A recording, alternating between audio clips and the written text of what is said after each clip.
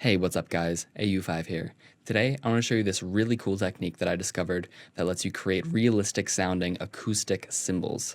So I'm not talking about white noise, I'm not talking about using samples, I'm talking about actually synthesizing crash cymbals, rides, hi-hats, all inside of Serum. Check it out. Alright, before we get started, I want to play through 4 different acoustic crash samples here and analyze them on this spectrogram.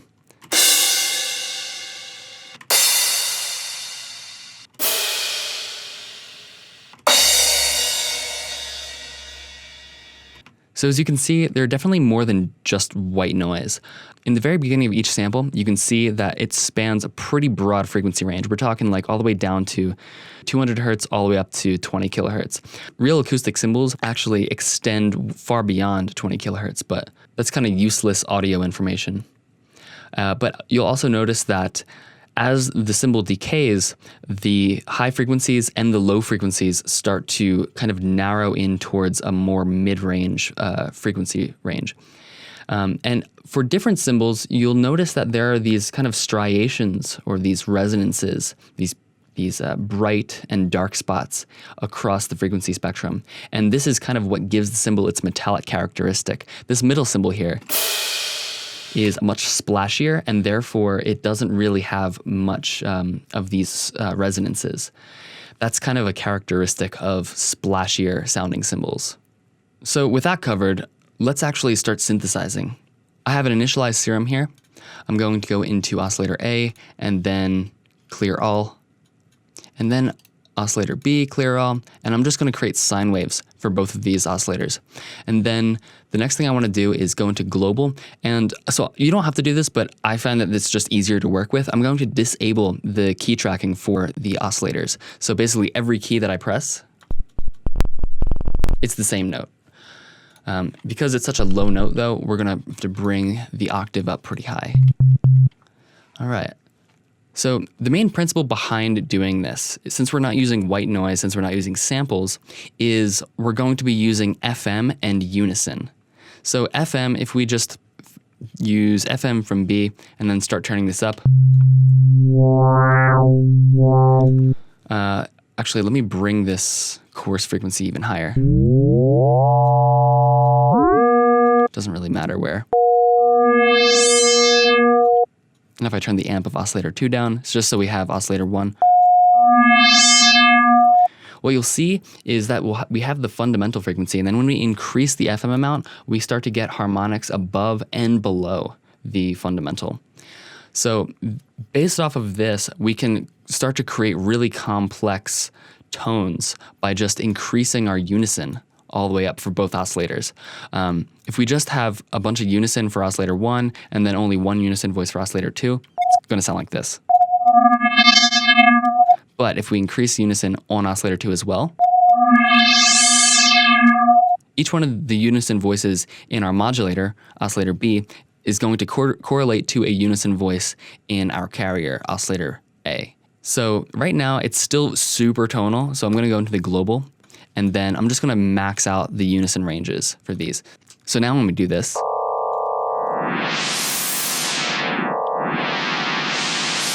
you can see that we get a full spectrum as we increase the FM amount.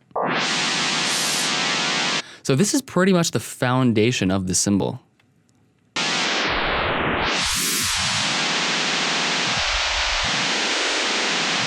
We can mess with the chorus frequency, but let's move on to filtering. So I'm going to increase the FM amount a little bit more.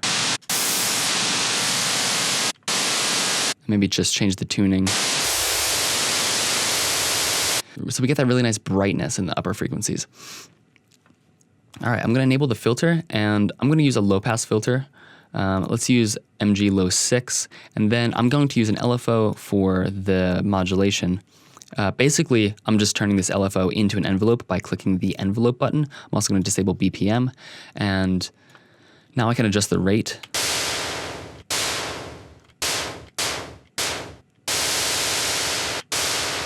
Now we have some very natural sounding treble decay.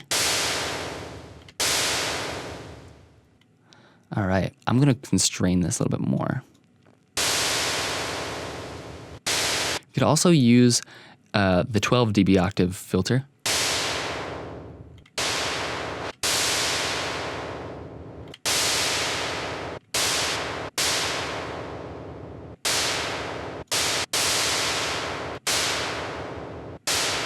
There, that sounds pretty natural to me. So the next thing is we need to use a high pass envelope filter. So I'm going to go into the effects. I'm going to use distortion, and I'm going to go to the cross shaper.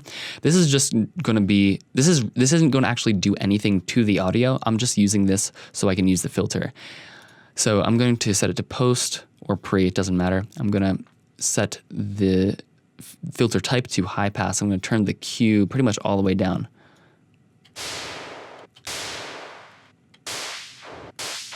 Now we can use this as a high pass filter. I'm going to increase my output.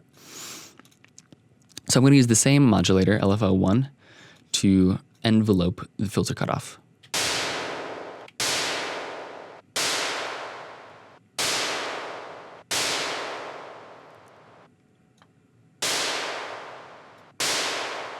All right, it's already starting to sound kind of cymbal-like, but there's still much to do. So back in the oscillator section, I'm going to set oscillator B's warp mode to PWM. You can also use the sync window full or sync window half, and you can get similar effects, but PWM kind of tightens up the high frequencies and gives it a little bit more of a sizzle.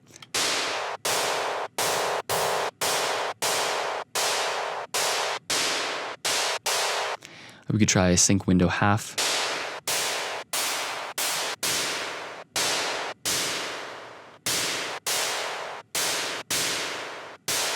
It's a little bit brighter. We can also adjust our detune amounts and get drastically different effects.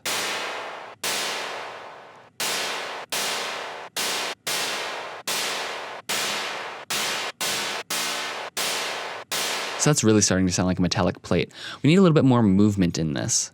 This is still kind of static sounding. I'm going to use LFO1 again to modulate the FM amount, just very slightly.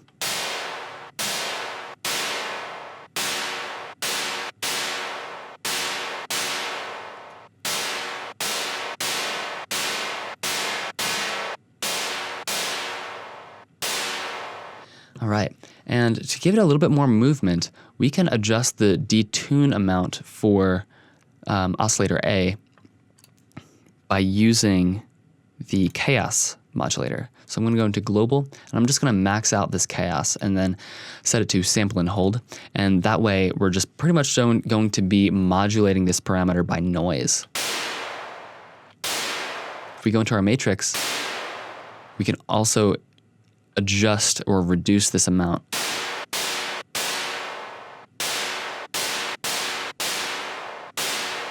I'm actually going to decrease the FM amount just a little bit more.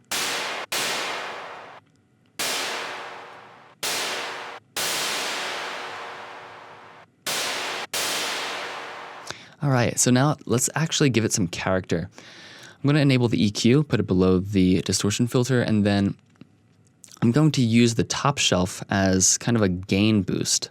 I'm going to use LFO1, and then it's going to give it a really nice splashy attack. I'm also going to go into the matrix and adjust the remap curve of this, so it's a little bit more staccato or transient.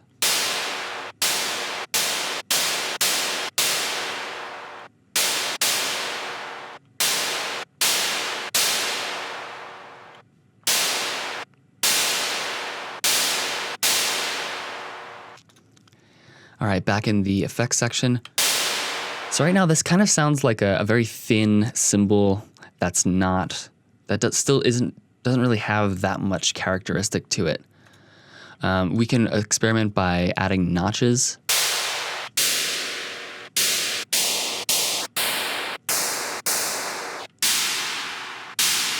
I think around a notch around 564 sounds pretty good. I noticed that some of these cymbals,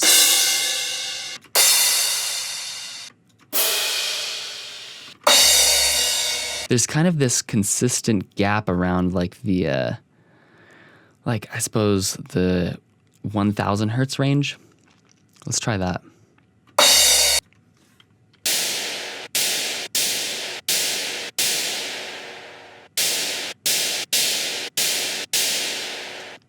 So what you'll also notice that in these real cymbals, there's this like kind of comb filtering thing going on, but it's not really like a flanger kind of comb filter. It's more like a phaser or atonal or dissonant kind of comb filtering.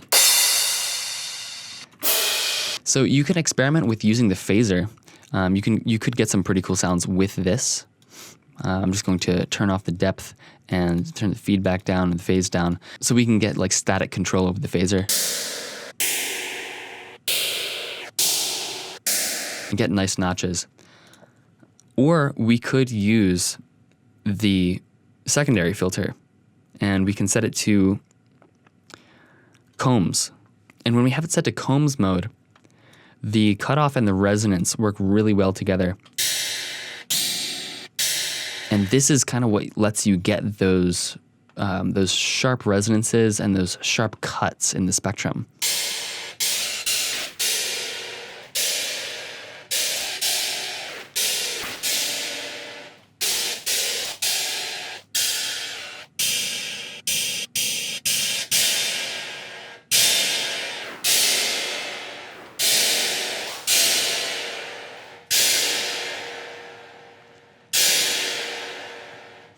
I think that sounds pretty nice. I'm also going to modulate the mix.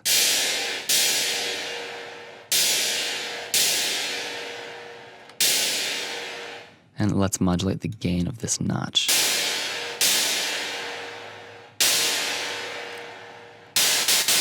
So some real cymbals have sort of a slower attack where all of the high-end energy isn't happening at the very start, but just a little bit after.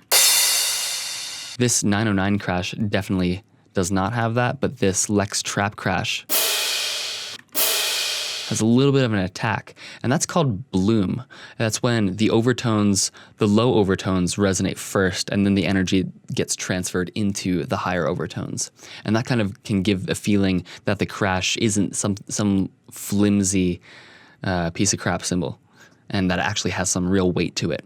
So we could probably simulate that by using a second modulator. I'm going to use an envelope, and then bringing the cutoff down just over the course of that envelope's time.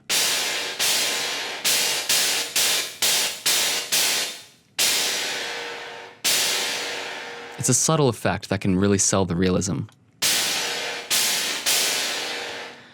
So at this point, you can continue to just experiment with changing the different oscillator parameters.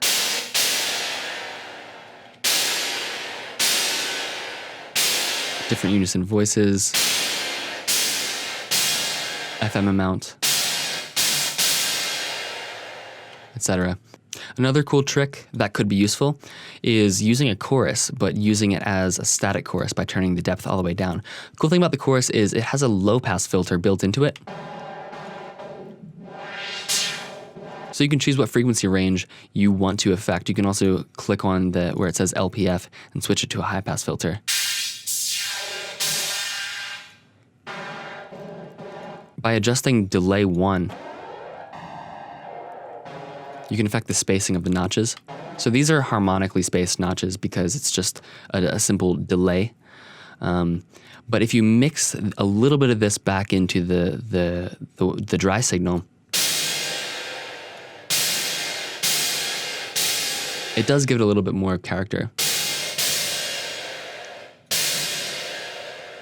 So the thing about this technique is every time you do it, it's never going to sound the same.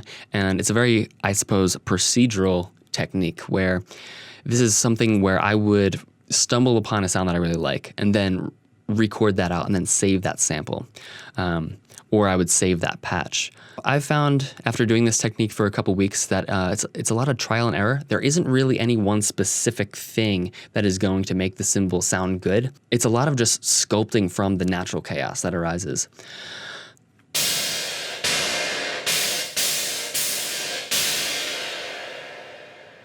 So I'm going to create a new instance of Serum, and I'm going to try to recreate something that sounds more like a ride cymbal.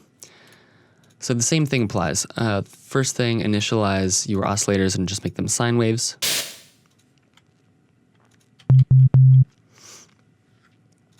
We could try it without disabling the oscillator key tracking. I'm just going to set these octaves to +2. All right, let's increase unison, maximize the unison range.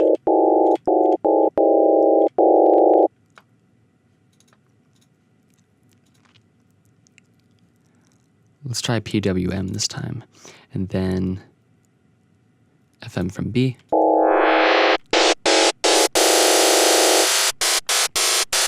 Another thing that you can do is, if you go into the global tab, you can change your unison mode, and that's the distribution of unison voices in your oscillator.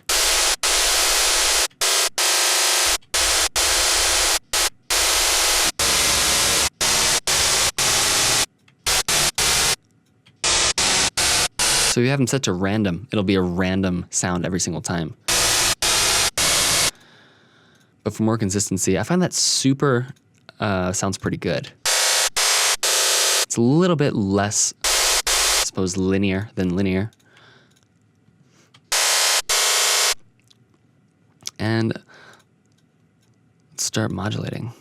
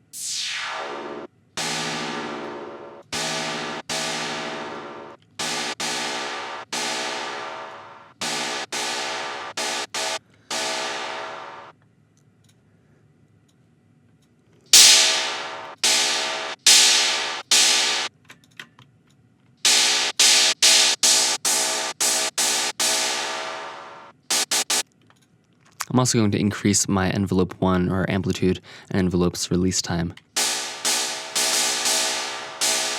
so I don't have to hold the note down each time.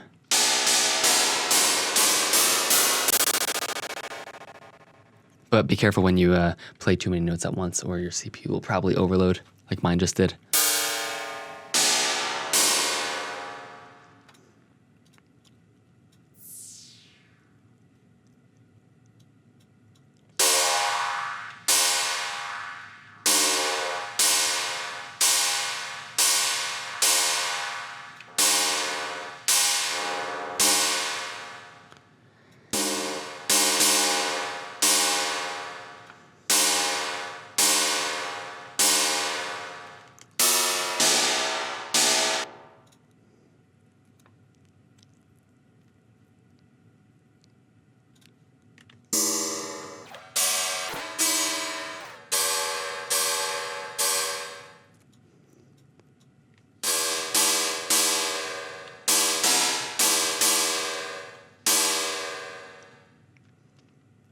That definitely has more of a ride cymbal characteristic, because I'm not pushing the FM too hard, and I'm not pushing the detune too hard, or I'm not using chaos on the detune. So it's less noisy and more tonal. Also, a cool technique that you can use is by using the velocity to change how hard the hit sounds. I'm not actually going to be using the velocity modulator directly affecting the parameters that we adjusted, but what we can do is go into the matrix and use the aux source to adjust the velocity sensitivity, or then adjust the velocity influence for each modulation. So for the filter cutoff, for instance, if I set this to velocity, I have velocity control. A warp, which is FM, I can also control with velocity.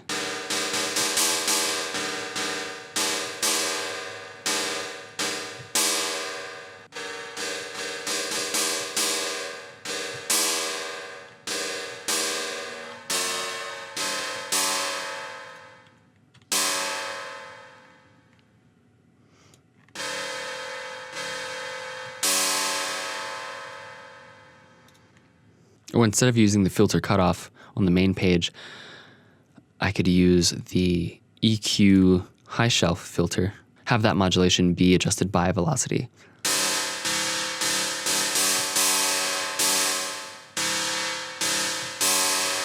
or both.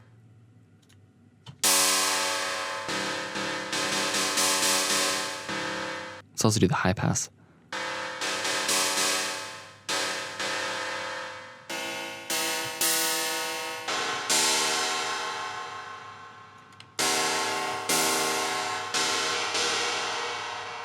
And then let's just modulate the PWM with velocity here.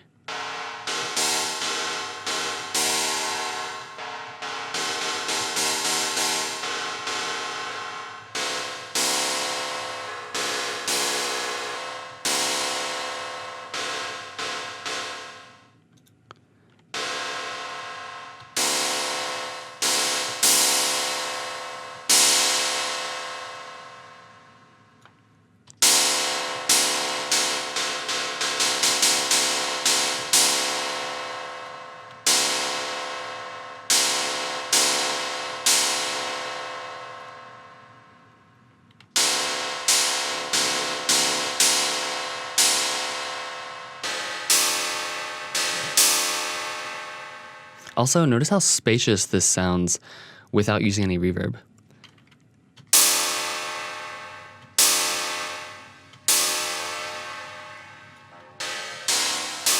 But of course you can use reverb if you'd like. Just make sure that it's after everything else.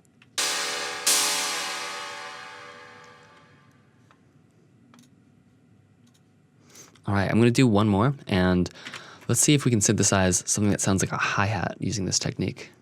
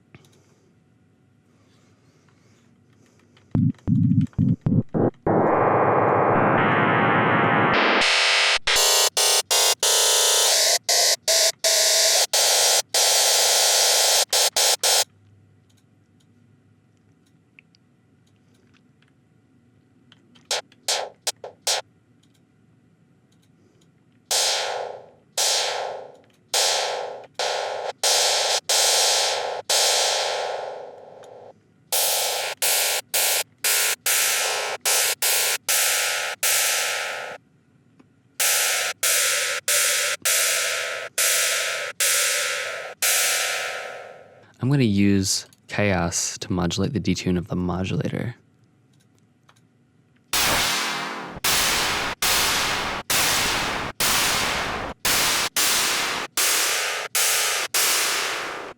Actually, that doesn't sound too good. Let's try oscillator A instead.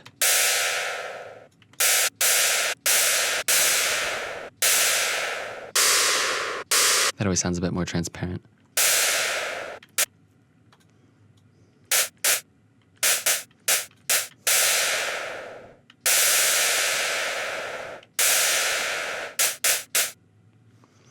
Also, instead of LFO1, we could use an envelope.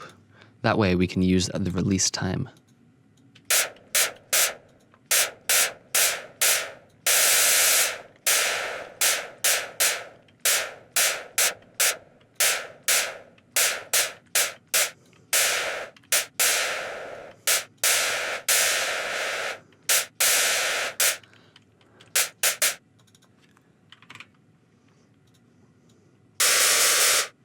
So I'm going to use an arpeggiator with one of my favorite Max for Live devices called EXT2.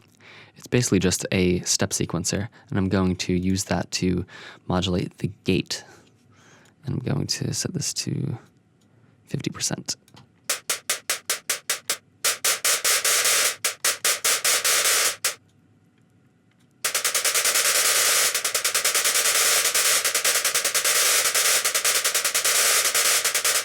I'm also going to use a duplicate of this to modulate the velocity.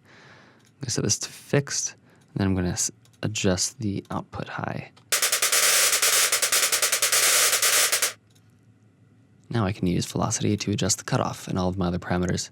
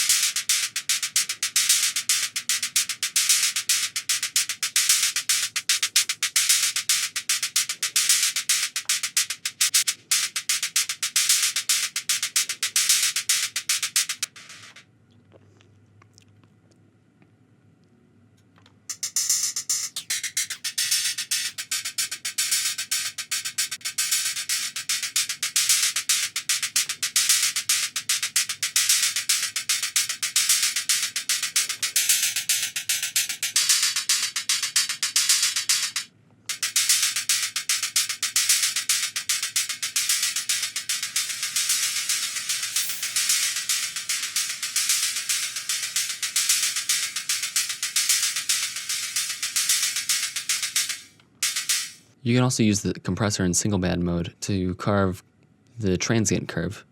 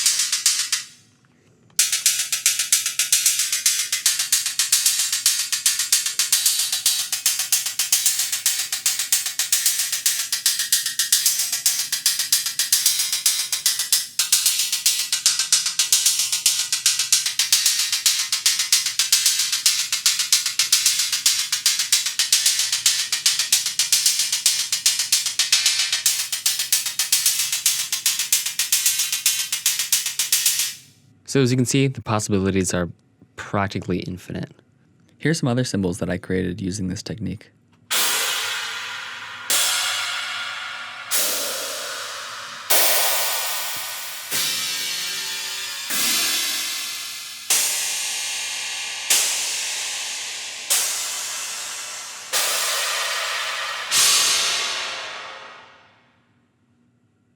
Thanks so much, you guys, for checking out this tutorial. If you liked it or learned something, feel free to give it a like and subscribe to the channel.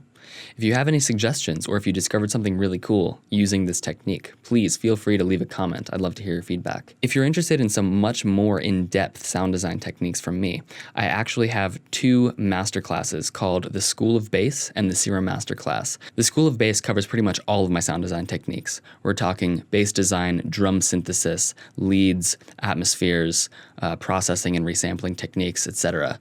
The Serum Masterclass is strictly Serum. I cover everything, every single knob and parameter inside of Serum, what they do. I teach you from the ground up how to use Serum, as well as advanced techniques that I use all the time. They're also perpetually updated, so they're always going to include new techniques from me that I discovered. If you're interested in them, there are links in the description below where you can check them out. I'll see you next time. Peace.